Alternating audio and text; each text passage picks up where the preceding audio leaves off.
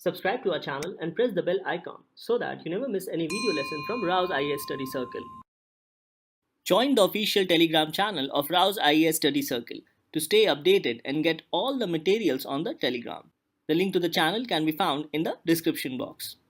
Hello and welcome to Daily News Simplified, an answer to what, why and how of newspaper reading from a UPSC Civil Services examination perspective. Now today let us take up the New Delhi edition of the Hindu newspaper dated 6th August 2021. Now these are the news which has been taken for today's discussion and it's also highlighted in the description box below. So on this note, let's start our today's discussion from our prelims and mains perspective. Now the first news to be taken up today appears on page number 7. It says, why are government schools not the first choice? And in this regard, this news mentions that improving the infrastructure of government schools will make them more attractive. So this particular topic with respect to efficacy of government schools becomes important primarily from your GS paper 2 perspective under the aspect of social justice pertaining to education and human resources. So in this analysis, let us understand this particular topic just like a question. For example, if this is the question that why are government schools not the first choice for parents or even for students? So in this regard, we need to understand the lacuna or gap which exists for these government schools. Now this topic also becomes important in the backdrop of Right to Education Act, which came more than 10 years back.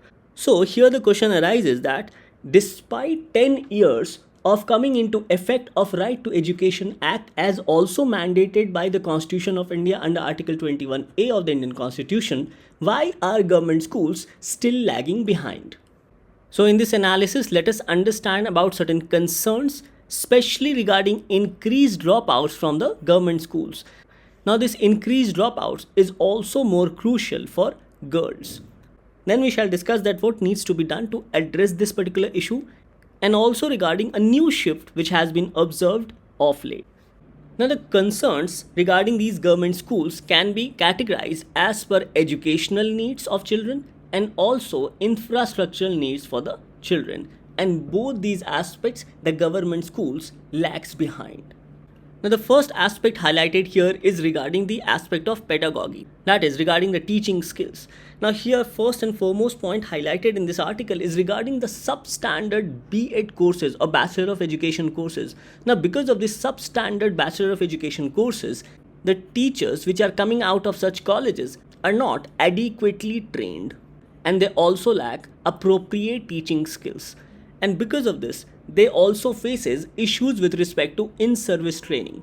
However, another concern regarding in-service training is that the government does not focus much on in-service training and hence there is no proper infrastructure, especially regarding their in-service training of these teachers. Now, another significant aspect highlighted in this article is regarding obviously poor teaching skills and also the teaching skills not meeting the RTE standards. Further, even half of the vacancies is filled by non-permanent teachers, including guest teachers and teachers who are recruited on ad hoc basis. So all these can be said to be one of the important concerns pertaining to meeting the educational needs of children. So the government needs to look into the educational aspects, especially regarding the training of teachers as per the new National Education Policy of 2020. Now, another concern highlighted in this article is regarding fall in net enrollment, especially from primary to secondary education and also from secondary to higher education. So, the article says that this is a matter of concerns as from primary to secondary education, the net enrollment rate is not adequate and more number of students are dropping out when they move from primary to secondary schooling. So, the government needs to decrease the dropout rates, especially when children are moving from primary to secondary schooling. Now, one of the important reasons as to why children are dropping out from schools is regarding certain obstacles which are faced by such students. Now, these obstacles includes transportation aspects, that is the school is located quite far away and the students are unable to travel large distance to study in higher schools. Now, another aspect regarding obstacles faced by students is also regarding the financial position of parents. As because of the poor financial condition, some of the students are forced to work along with their parents. So poor financial position of parents can also be said to be one of the obstacles with respect to dropping out. Now, it has also been observed that girls are also dropping out when moving from primary to secondary education or even to higher education, mainly because of child marriage or early marriage. So overall, it has been observed that there has been fall in net enrollment from primary to secondary education and also to higher education, especially by students whose parents does not have adequate income. Now, another problem highlighted here is that teachers often complain that they are involved in midday meal scheme and hence they get less amount of time to focus on teaching the students. Now, this aspect has already been highlighted in the previous DNS where we discussed the relation between midday meal scheme and that of stunting, as providing food through midday meal scheme in government aided schools have reduced stunting. However, there are complaints by teachers where they have said that since they are also involved in midday meal schemes regarding procuring of ration and other things, hence it becomes difficult for them to focus solely on educating the children. And lastly, we have already discussed that half of the vacancies of teachers are mostly filled by non-permanent teachers. So here government needs to address these educational needs, especially of the government schools. Now, regarding the infrastructural needs, there is a lack of academic resources for the government schools, mostly in rural areas, and also because of lack of monetary fund. And this lack of academic resource such as blackboard, desks for children, books, and even stationaries hamper the educational needs of the students. Now, it has also been observed that during inspection of these schools, most of these items which are generally not available in schools such as blackboard, desk, books, stationaries, etc. are made available for a very short duration of time. So this again reflects lack of infrastructural amenities in government schools. Now, another problem highlighted in this article is regarding provision of basic safety, well-being of children and even hygiene, especially pertaining to a functioning toilet in schools and also clean drinking water. Now, despite the fact that Right to Education Act has pushed government schools to meet infrastructural requirements, still there are government schools in different parts of the country such as tribal areas, rural areas where infrastructural needs of government schools are not adequate. Hence, government should focus on special or local needs of these tribal areas and rural areas where the government schools does not meet infrastructural requirement as per the Right to Education Act of 2009. So after discussing about the concerns with respect to government schools, the next question which arises is that what needs to be done? First and foremost, as we have just discussed, is the need to address infrastructural needs of government schools in India across different regions. And for this, there is a need for a micro plan for each government school which is spread across different regions of the country. Now, this can be done with the help of local authorities, which is also mandated as a part of Right to Education Act. Now, this part needs to be understood where the role of local bodies or local institution has been highlighted in the Right to Education Act. Further, there can be a larger plan for all the government schools pertaining to a particular district, and here inspection can be made periodically, especially regarding the educational needs and also the infrastructural needs of such government schools. And lastly, the article says that different states can also come up with a state level plan to address the infrastructural and educational requirement of government schools as mandated by Right to Education Act. Now, Section 6 of Right to Education Act mentions about duty of appropriate government and also that of local authority to establish school. Here the provision says that in order to carry out the provisions of RTE Act, the local authority along with appropriate government shall establish within such area or limits of neighborhood as may be prescribed a school where it is not so established. So, establishment of a school in a neighborhood becomes mandatory either by the appropriate government or by the local authority. Now here local authority as per the act involves or means municipal corporation, municipal council or Zilla Parishad, Nagar Panchayat or any other authority or body having administrative control over the school or empowered under any law for the time being in force. So clearly RTE mandates the local authority to establish a school in a neighborhood area. Further, Section 9 of RTE Act mentions about certain duties of local authority. Here it says that every local authority shall provide free and compulsory elementary education to every child, ensure availability of a neighborhood school as specified in Section 6, which we just saw. The local authority must also ensure that a child belonging to weaker section and child belonging to disadvantaged group are not discriminated against.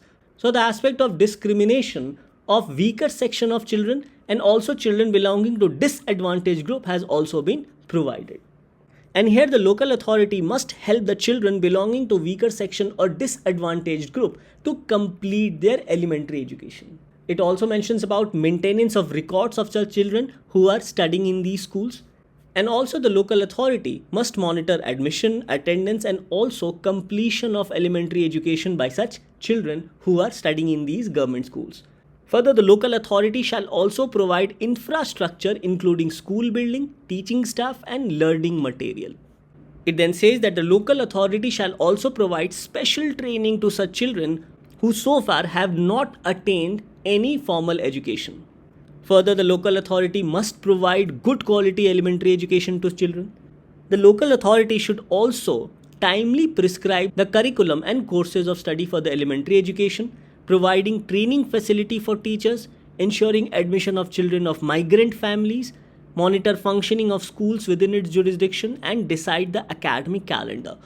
So these are some of the important duties allocated to local authorities regarding government schools. It then says that the government must understand the objectives of Right to Education Act, especially regarding overall development of children, the learning outcomes of children, and also assessing the learning outcome of students. And in this regard, even this article mentions about Section 29 of the RTE Act, which provides for certain guidelines regarding assessment of children with respect to their learning outcomes. So this provision says that regarding evaluation process, the academic authority must consider these following aspects, which includes conformity with the values enshrined in the Constitution, all-round development of the child, building up child's knowledge, potentiality and talent, development of physical and mental abilities to the fullest extent, learning through activities, discovery and exploration in a child-friendly and child-centered manner. Medium of instruction shall, as far as practical, be in child's mother tongue, making the child free of fear, trauma and anxiety, and also helping the child to express views freely, and also provide comprehensive and continuous evaluation of a child's understanding of knowledge and their ability to apply the knowledge.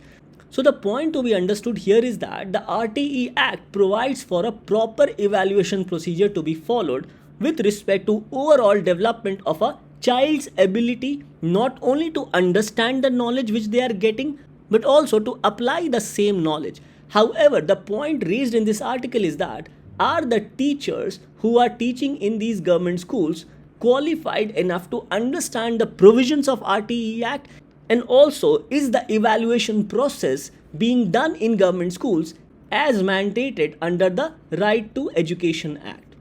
So, if a question in your mains examination is asked pertaining to the evaluation process which must be followed with respect to overall child's development, then these aspects can be highlighted in your answer. And lastly, the article says that investment in public institutes for teacher education must be promoted, where teachers must be made aware about the important provisions under RTE Act, especially regarding the evaluation aspect and also regarding the overall development of a child, where a child does not merely understand the knowledge but is also able to apply such knowledge. And the government needs to increase spending in the education sector in order to achieve infrastructural requirements. Now, as per the budget estimate of 2020-21, the Government of India has allocated 6.75 lakh crores for the sector of education with respect to social services. And this amount of 6.7 lakh crores amounts to 3.5% of GDP. So the Government of India needs to increase the spending on the sector of education. Thus, these are some of the suggestions which the government schools must incorporate. Now, another point I would like here to highlight is that the aspect of education has been provided both under 11 schedule and also 12 schedule. So, the panchayats and the municipalities have the authority to ensure proper education is being imparted in government schools. As you can see, as per entry 17 under the 11th schedule, it provides for education including primary and secondary schools, technical training and vocational education, adult and non-formal education, and also the aspect of libraries. Whereas under 12th schedule, entry 13 provides for promotion of cultural, educational and aesthetic aspects. So the aspect of education has been provided under 11th schedule and also 12th schedule. So both the panchayat and the municipality can take steps to ensure adequate education is provided in government schools, mainly in primary and secondary schools. And lastly, regarding a new shift which has been observed, here parents who had earlier sent their students to private school are now shifting their children to government schools, and this has been observed mainly in Kerala and also in Delhi. Now here an important observation is that some of the parents are in government jobs but not very high up the ladder. So some of the parents who are also in government jobs are shifting their children from private schools to government schools. And after shifting their children to government schools, they have noticed that their child was learning much faster when they were forced not to learn in English language. So here even the RTE, that is Right to Education Act, also emphasizes that a child should learn in their mother's tongue in their initial period of growth. Thus this article becomes important both from the perspective of understanding the concerns in government school and also understanding certain highlights about Right to Education Act, especially regarding the role of local authorities and also regarding evaluation process as has been provided in RTE Act, which aims at overall development of a child both from the perspective of understanding the knowledge and also applying the knowledge. So this article becomes important both from a prelims and mains perspective, and question in the mains can be asked regarding these aspects of RTE and also the concerns with respect to functioning of government school. So with this understanding, let's take up our next article. Now next article to be taken up appears on page number 9, and this is also pertaining to education. It says 88% IIT Guwahati dropouts from reserved quotas and 3/4 from SC/ST communities. So this news basically highlights that mostly the dropout students from IITs and even IIMs are from the reserved category, mainly the SC/ST community. Now in this regard, academic scholars have highlighted that reservation of seats is available in these institutions of excellence. So members of SC/ST and even OBC community get admission at lower marks as compared to the general category. However, the passing marks in the semester examination of these universities is same. So it is here where these students face academic challenges. And this academic challenge puts additional pressure on such reserved category students. And because of this, it has been observed that more dropouts are from the reserved category. So in this discussion, let's understand the reasons for dropouts and also certain corrective measures which is needed or which the government provides, especially in institutions of excellence like IITs and IIMs. Now regarding reasons for dropouts, this news highlights that because of high level of academic pressure on these reserved category students, there are cases of increased dropouts. Now another reason pertains to the discouraging environment in the colleges and also the kind of discrimination at times faced by SC/ST students. Now another reason provided for dropouts are picking up wrong courses or dip in performance of such students, and also change of university or department midway the program. Now regarding reasons for dropout, the government has highlighted that more cases of dropout are in the higher courses, that is in MTech course and also for PhD course, because most of these students get job opportunities and taking up these jobs results in dropping out from these courses. So these are some of the reasons for dropouts with respect to students from reserved categories. Now to address these issues, the government has also provided for certain corrective mechanism or corrective measures. So the corrective mechanism includes appointment of advisors for academic feedback and also monitoring the academic progress of these SC/ST students. Apart from this, there is also provision for additional classes for such weaker students in order to address the academic gap. Now, at times it has been noticed that some of these students faced personal or family issues. So, there is also provision for counseling to address their concerns and also to provide motivation in order to continue their studies. Now, the central government also provides scholarship to scheduled caste and scheduled tribe students. Now, the scholarship provided to scheduled caste is provided by Ministry of Social Justice, whereas scholarship provided to scheduled tribe students is provided by Ministry of Tribal Affairs.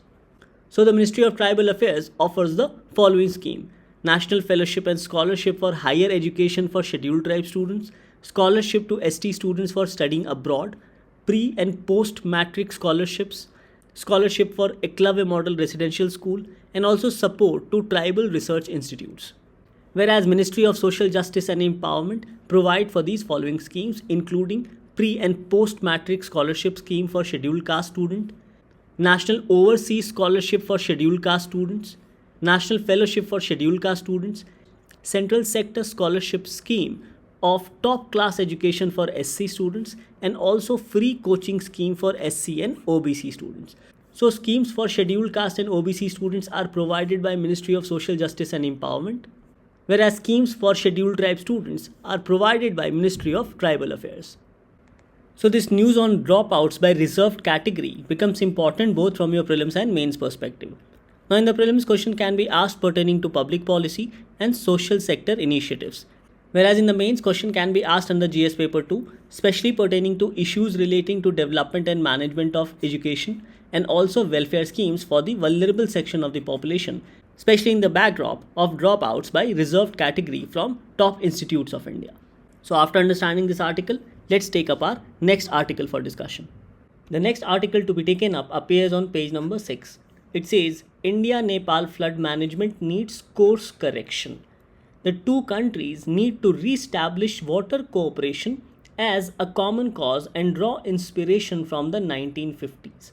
So this article talks about flooding of North Bihar, which happens mainly due to flow of excess water from Nepal. So in this regard, this article overall says that there is a need to revisit the Kosi Treaty between India and Nepal. So in this regard, let us understand the reasons for flooding of North Bihar apart from the reason of excess water flow from Nepal. Now this is the physical map of Nepal, and as you can see, there are mostly mountains in the Nepal.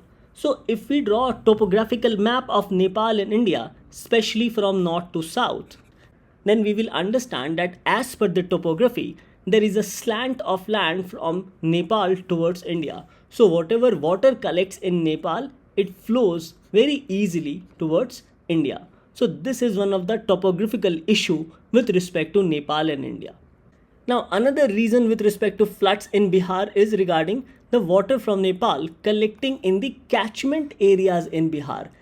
So a catchment area is any area of land where precipitation collects and runs off into a common outlet. So water coming from Nepal gets collected in the catchment area of Bihar. And with respect to larger catchment area, there is a higher probability of floods during rainfall because the water gets collected in these catchment areas. So with respect to northern Bihar, what happens is that water comes from Nepal and gets collected in these catchment areas of different rivers in North Bihar. So this is another reason with respect to excessive floods in northern Bihar. So regarding frequent floods in Bihar, apart from the aspect of greater or larger catchment area, there are also many rivers flowing in North Bihar which are mainly tributaries of Ganga, as you can see in this particular map, which includes Buri Gandak, Gandak, Kosi, Kamcha and Bagmati. So flooding of these regions along with flow of water from Nepal further worsens the situation. Now another reason highlighted is regarding the siltation from Himalayan rivers. Now with respect to siltation, the Himalayan rivers brings a lot of sediments, as Himalaya itself is made up of soft sedimentary rocks. Now what happens is that collection of these sediments further raises the water level in the area, and this raising of water level further floods the region. And collection of these sediments increases the riverbed, leading to more frequent floods. Now the reason for flood in North Bihar is regarding change in course of these rivers or meandering. So these rivers, what they do is they continuously change their courses. So frequent change in course of rivers further floods the catchment areas. So increase in riverbed, meandering of river and excessive flow of water from Nepal further inundates the floodplains in Bihar. Now another reason for flood is construction of embankments on various rivers including river Kosi and also river Gandak. Now one of the major impacts of these embankments is that it impacts the natural flow of river, and this overall increases the intensity of floods by obstructing the flow of main river. Further, because of these embankments, silt starts to accumulate between these embankments, and this also causes the river flow to rise gradually and creates flood. So embankments also leads to siltation, which further causes the river flow to rise gradually, resulting in flood. Now another reason for frequent flood in North Bihar is deforestation in Nepal. So of late there has been increased conversion of forest area into agricultural and pastoral lands in the middle hills of Nepal, and this has significantly contributed to the flood damage in India, mainly in North Bihar. And lastly, release of water from dams in Nepal also leads to flood situation in Bihar. So considering these aspects of flooding in North Bihar, this article highlights that there is a need for cooperation between Nepal and India to deal with the flood situation in Bihar. Now in this regard, this article mentions about the Kosi Treaty of 1954 and says that India and Nepal has already signed the Kosi Agreement in 1954 to regulate the flow of river and also ensure flood management in India. And based on this treaty, barrages were supposed to be made and embankments were to be raised on either side of the river. But the problem remains is that there was not enough provisions with respect to maintenance of these embankments, and this resulted in neglect of these embankment over a period of years, which has ultimately led to deposition of silts in those embankments. Now accumulation of silt has increased the riverbed. So it highlights that deposition of stones, sand, silt and sediment has led to riverbeds rising, changing course and causing unimaginable losses. So from this perspective, this article says that there is a need for renewed cooperation between India and Nepal. And with respect to this renewed cooperation, there is a need to form intergovernmental panel through bilateral mechanism between India and Nepal, so that this panel can study about the problems of flood, assess the situation of flood, and also offer solution to this shared crisis of flood in both India and Nepal. So this article becomes important both from the perspective of GS3, primarily environment and also disaster management, and also GS paper 2 from the perspective of India-Nepal relationship. So with this understanding of this article, let's take up our last article. The next news to be taken up appears on page number 11. It says, no plan to house Indian military base on Agalega Islands in Mauritius.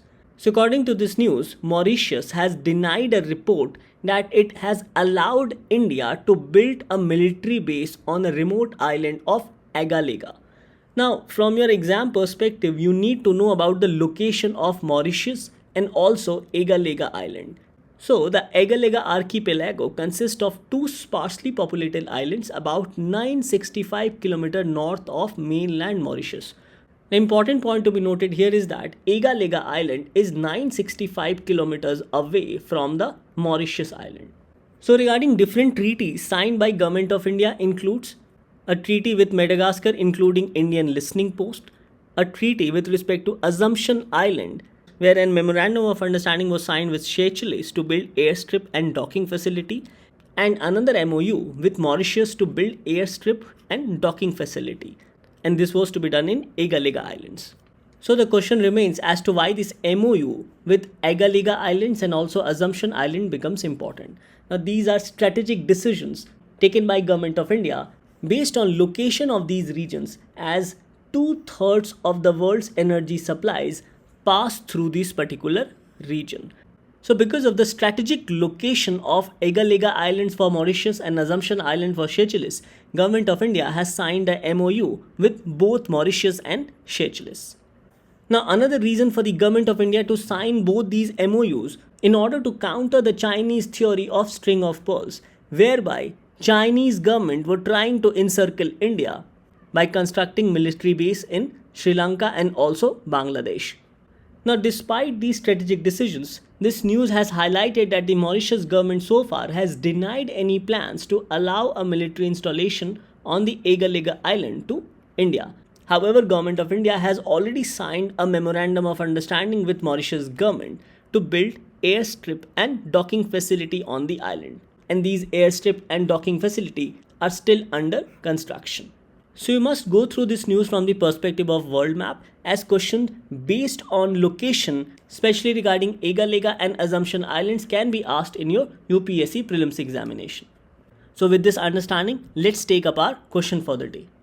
Now based on our discussion, this becomes your practice question for the day. It says, consider the following statements. First, Government of India has signed MOU with Mauritius to build airstrip and docking facility on Assumption Island. Second, Agalega Island is located adjacent to Mauritius. So the question is, which of the statements given above are correct? Options are A, 1 only, B, 2 only, C, both 1 and 2, and D, neither 1 nor 2.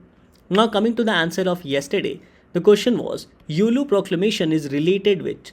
Options were A, forest dwelling rights, B, domestic violence, C, rights of refugees, and D, world's linguistic diversity. In this, the correct answer is D. That is, Uluru Proclamation is related with world's linguistic diversity. So with this, we come to an end to today's analysis. Thank you for watching DNS.